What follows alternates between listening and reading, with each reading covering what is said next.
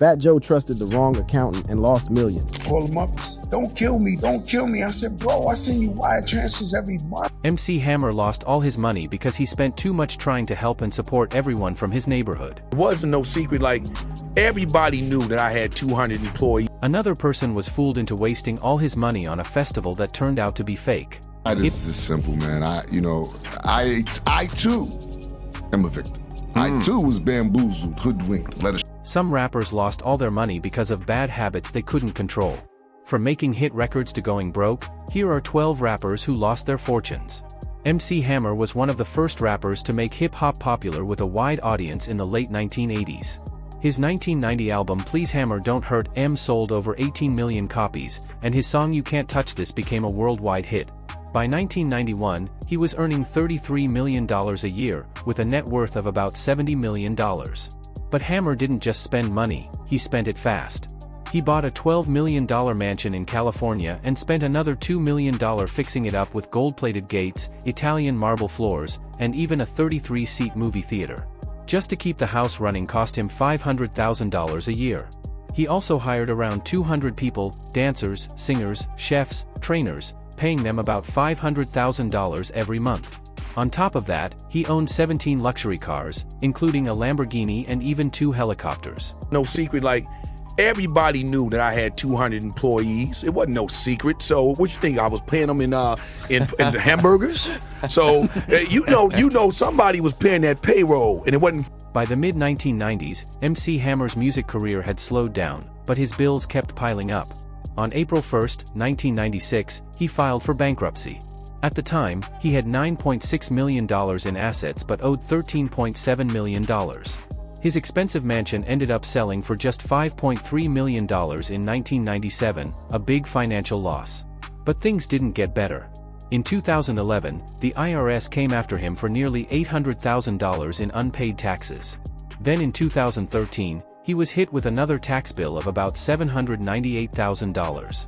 By 2022, he still owed $800,000 in back taxes. Now at 63 years old, MC Hammer's net worth is around $2 million. He's moved into tech investments and gospel music. Even so, his story remains a major lesson in money management. As he once admitted, "I had too much money and not enough sense." But Hammer wasn't the only rapper to lose millions. For some, it wasn't big houses and flashy cars, it was being betrayed by people they trusted. Fat Joe is another example. He grew up in the forest houses of the South Bronx and hustled hard before turning to rap. His 2001 album Jealous One Still Envy went platinum, and his 2004 hit Lean Back stayed on the Billboard Hot 100 for 7 weeks. At his peak, Fat Joe was worth millions. First check was maybe 10 million. I bought maybe 30 Cadillac trucks for every guy, MTS in the hood, chains. Every night we popped 1 million bottles of champagne. We was at the Four Seasons. I blew 10 million. But poor money management and betrayal led to Fat Joe's downfall. Between 2007 and 2010, he made over $3.3 million but didn't file any federal tax returns, which meant he avoided paying around $800,000 in taxes. Part of the problem was that he trusted the wrong person. His accountant turned out to be shady and was involved in a suspected Ponzi scheme. Instead of paying Joe's taxes and mortgage like he was supposed to, the accountant kept the money for himself, while Joe kept sending him payments every month, not realizing what was going on. I had an accountant. Every month I'm sending them wire transfers. Well, wire transfers from your bank account to them is a paper trail. I'm sending them money to pay my taxes and everything every, $25,000, $40,000, $25,000. Big. One day, while trying to buy a car, Fat Joe found out his credit was a mess. His report showed unpaid bills, mortgages, car loans, everything. When he confronted his accountant, the guy scrambled to fix it, but the damage was already done. In December 2012, Joe pleaded guilty to not filing tax returns. On June 24, 2013, he was sentenced to 4 months in federal prison and fined $15,000. Before his sentencing, he paid between $1.20 to $2 million to settle his debts. He served 94 days at FCI Fort Dix in New Jersey, from August to November 2013. After prison, Joe worked hard to make a comeback.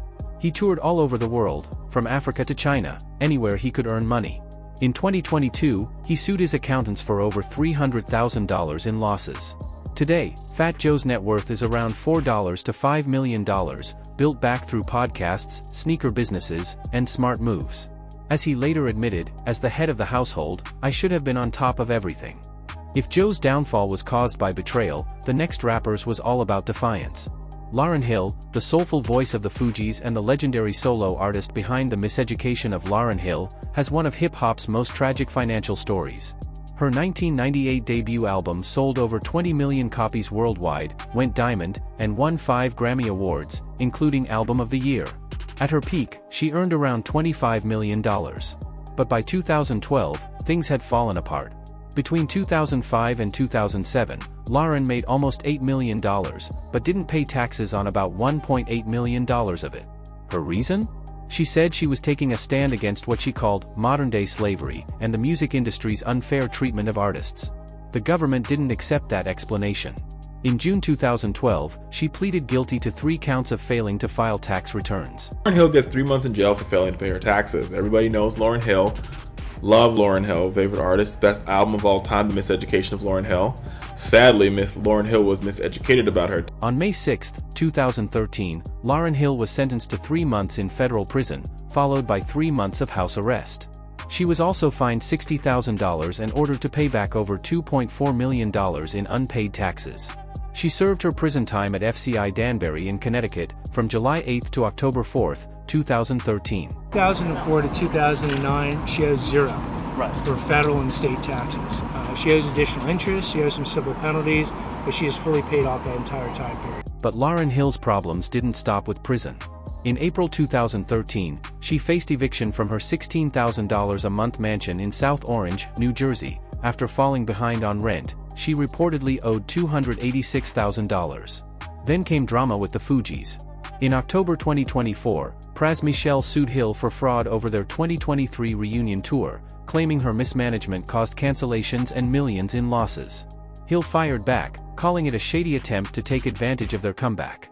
Today, at 50 years old, Lauryn Hill's net worth is estimated to be between $8 and $10 million, far less than what she could have had. Her choice to live privately and reject the music industry's rules helped protect her art but came at a big financial cost. Her story is a reminder, even musical geniuses can't escape the IRS. But Lauryn wasn't the only female rap icon to fall from financial success. Lil' Kim, the queen bee of rap, ruled the late 1990s with her bold lyrics and fierce style. Her debut album Hardcore sold over 6 million copies worldwide, making her a major force in hip-hop. But behind the fame was a mix of money troubles, legal fights, and personal struggles. By 2012, Kim owed more than $1 million in unpaid federal and state taxes. In December 2014, another tax lien added over $126,000 to her debt. Then came the lawsuits. In 2008, Brooklyn Media sued her for $2.5 million, claiming she broke a record deal. In 2013, her former manager sued her for $15 million. These legal issues drained her finances even more. The breaking point came in June 2018. Facing foreclosure on her mansion in Alpine, New Jersey, Lil' Kim filed for Chapter 13 bankruptcy. She listed $2.57 million in assets but owed over $4 million in debts, including $1.8 million in back taxes going back to 2003. By July 2019, she dropped the case after getting a loan modification. Another factor in her financial downfall was a reported addiction to plastic surgery. Starting around 2004, she underwent many expensive procedures, Botox, fillers, liposuction, costing hundreds of thousands of dollars. These choices were reportedly fueled by trauma from an abusive relationship in 2000. How you been out here surviving? Girl, I don't know, but shout out to you because after all these years, you finally got it paid off. Lil' Kim's recovery took time. In 2023, she finally settled a huge $1.38 million debt with the IRS. Then, in October 2024, she paid off another $150,000 federal tax lien that had been hanging over her. Kim, whose real name is Kimberly Denise Jones, reached an agreement with the federal tax agency for nearly $1.4 million. Today, Lil' Kim's net worth is estimated at about $500,000. It's a modest amount for a queen of rap, but it shows she survived. Her story is a clear example of how bad deals and overspending can ruin even the biggest legacies. But even other hip-hop legends weren't safe from financial trouble. Nas, the Queensbridge poet behind the classic album Illmatic, is one of hip-hop's greatest voices. Yet, even he faced money problems. In the early 2010s, his messy divorce from singer Khalees and growing IRS debts almost destroyed his finances.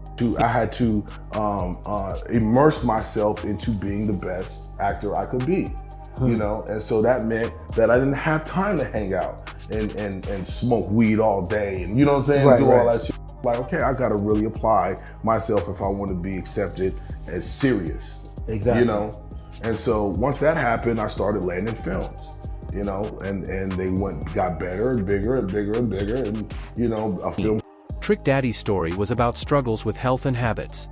But this next rapper's story is about faith. He left rap at the height of his career, only to find that the church didn't bring in the money like Bad Boy Records did. Mase, whose real name is Mason Darrell B., went from being a flashy enforcer for Bad Boy to becoming a broke preacher, a surprising change in his life. Mase was born on August 27, 1975, in Jacksonville, Florida, and moved to Harlem when he was 5 years old. After dropping out of college, he got his big break in 1996 when Sean, Puff Daddy, Combs signed him to Bad Boy Records for $250,000.